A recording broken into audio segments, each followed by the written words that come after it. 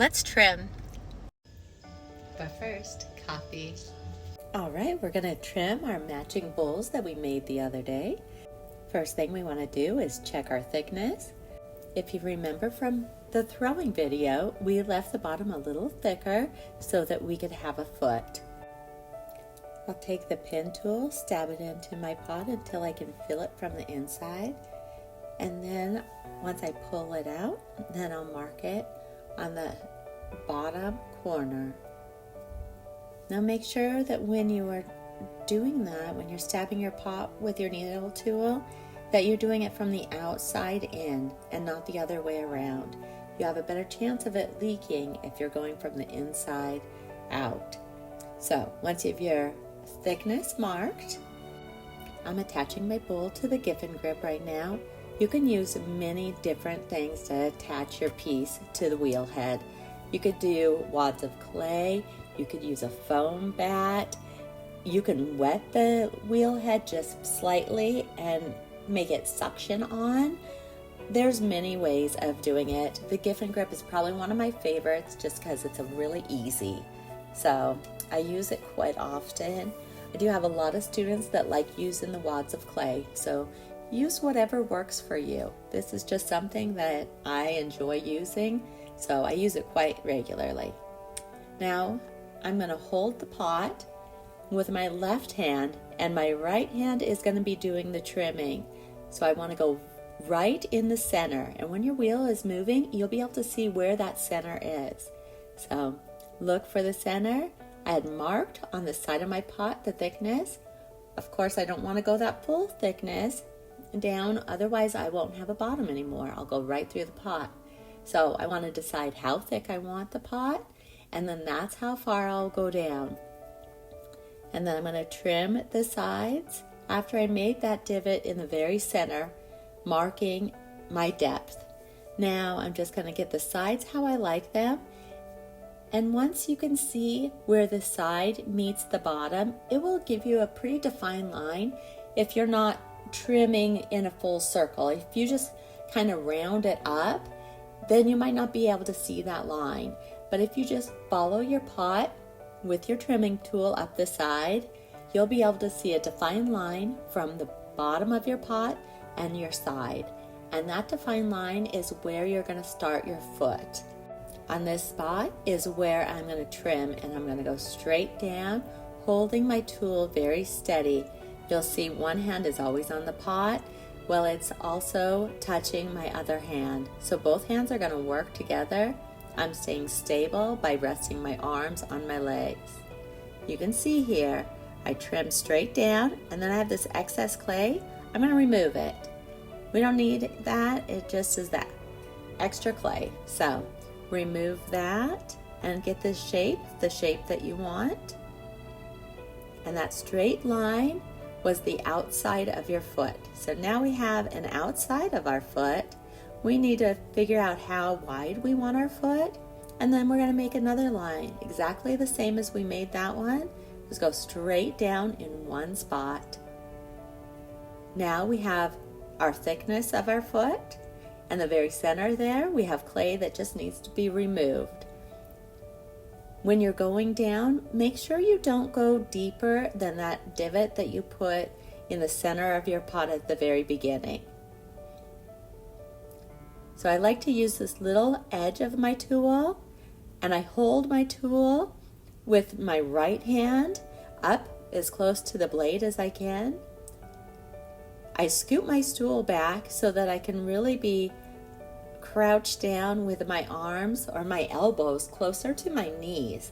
It's going to help you stay a lot more stable. So if you see I'm really like squatting down, staying nice and stable, I'm going to touch my pot with my left hand. I'm going to take my left thumb and I'm going to touch the tool.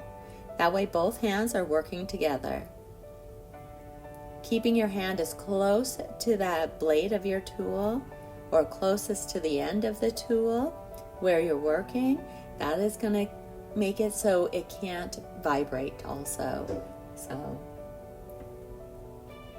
just kind of go back and forth over the center, removing that clay. you want to just skim off the surface. You don't want to go all the way down that first bit. You just want to skim just lightly off of the surface. If you try to go deep, it's going to just gouge it, and it's going to make it really difficult to have a straight, even bottom. So just going back and forth, removing any of that excess clay. I use my finger to just kind of clean it out a little bit so I can see where I'm at. And then this edge of the foot is a little sharp. It doesn't feel too bad right now, but once it goes into the firing, it's going to shrink, and that's going to make it even sharper. So we want to just round that off a little bit, just the corners there. You don't want to do the very bottom of it, just because then you have a chance of your pot not sitting flat. So just do those little corners, round those off a little bit. That way when you touch your bowl, you're holding your hot soup or whatever, your cereal, it feels nice in your hand. You want your pieces to feel very nice when you're using them. I like to put these lines in. You don't have to put these lines. They just, to me, make the piece look more finished.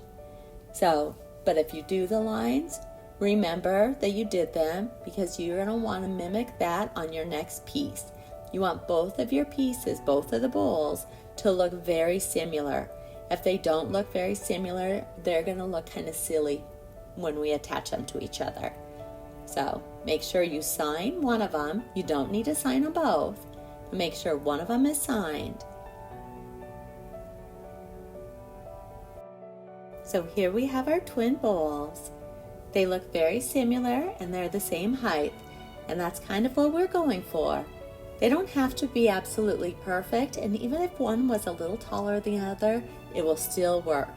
So don't worry, they're gonna look fabulous. So I'm gonna run over to the table. I'll bring you guys with me. All right, here we are at the table. I have a bucket of water. I need to dip both of the bowls in the water on the ends that I'm gonna flatten. I have a wear board, and I'm going to be working on that wear board. I also have some clay laid out. Here you can see I'm smashing the one side. I want it pretty flat. If that clay is a little wet and pliable, this is going to work a lot better. Once you get them nice and flat, then we're going to be scoring them up and creating some slip right here. I take a serrated rib and I just score it until I get some nice slip that I know will attach the two together. I generally don't use pre-made slip for attaching things. You could do that. I prefer to just score it. It works really well for me, and I've never had any issues. So both sides are scored and they're both indented. I'll put them on that wear board because you don't want to move them around a whole lot without a wear board. The handle will probably end up breaking off if you don't have that. So I'm pressing them together. I'm going to have to work with it a little bit because I want to keep the shape of them nice and round everywhere except for where the two sides are meeting together. Those two sides I want pretty flat. And I don't want any air between them, so I'm really going to squish it. I'm going to pinch them, and I'm going to get slurry that comes up between the two, and that's a good sign that they're well attached. Now I also don't want all that excess clay and gunk or scratch marks or any of that hanging out, so I'm going to take my finger and just kind of clean it up. Now I'm also going to use a paintbrush. Paintbrushes are fabulous for cleaning most things up, especially in tight places where you might not be able to get your hand. So here I have my paintbrush. I'm going to just tip this and try to clean in there. As I'm doing this, I am holding together the two ends where I attached them. That way they're not pulling apart.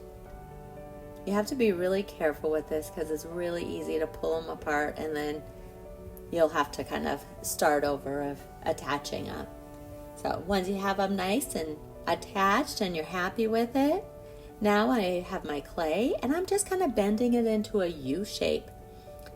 When you're going to make this handle, you actually want it shorter than you think. If it's too tall, What's going to happen is when it's firing, it's going to slump down on you. It's going to either fall to one side or the other, or just kind of sag, and it doesn't look very good. Even if it's nice and straight when it's drying, it still has a good chance of falling over. So I kind of keep it about this high. It's not super tall, but it's tall enough that it looks good and you can put your hand in and to grab it to move it around. So I'm going to just kind of look at it, measure it, make sure I like it. And then once I do, then I'm going to score it. So you can see I'm playing with it. I like to have a little twist in there. So that's what I'm going to do here, is give it that little crisscross twist. And I'm going to take water and I'm going to just score it where it's going to attach to the bowl. So you can see I'm scratching it up and creating my own slip. Then I just take water and I apply it to the areas that it's going to be on the bowl. I don't need to score up both the handle and the bowl. I just need to score up one of them.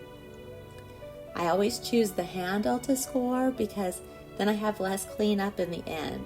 If you score up the bowl, then you're going to be cleaning up any of those scratch marks you created. So, and as you can see, I'm just pressing it in. You want to be able to see that slurry oozing between the seam of the handle and the bowl. And there you have it. You have a little nut bowl. It's going to be so cute once it's all fired and glazed. If you're enjoying these videos, please like and subscribe. And I can't wait to see you all in the studio creating your very own nut bowls.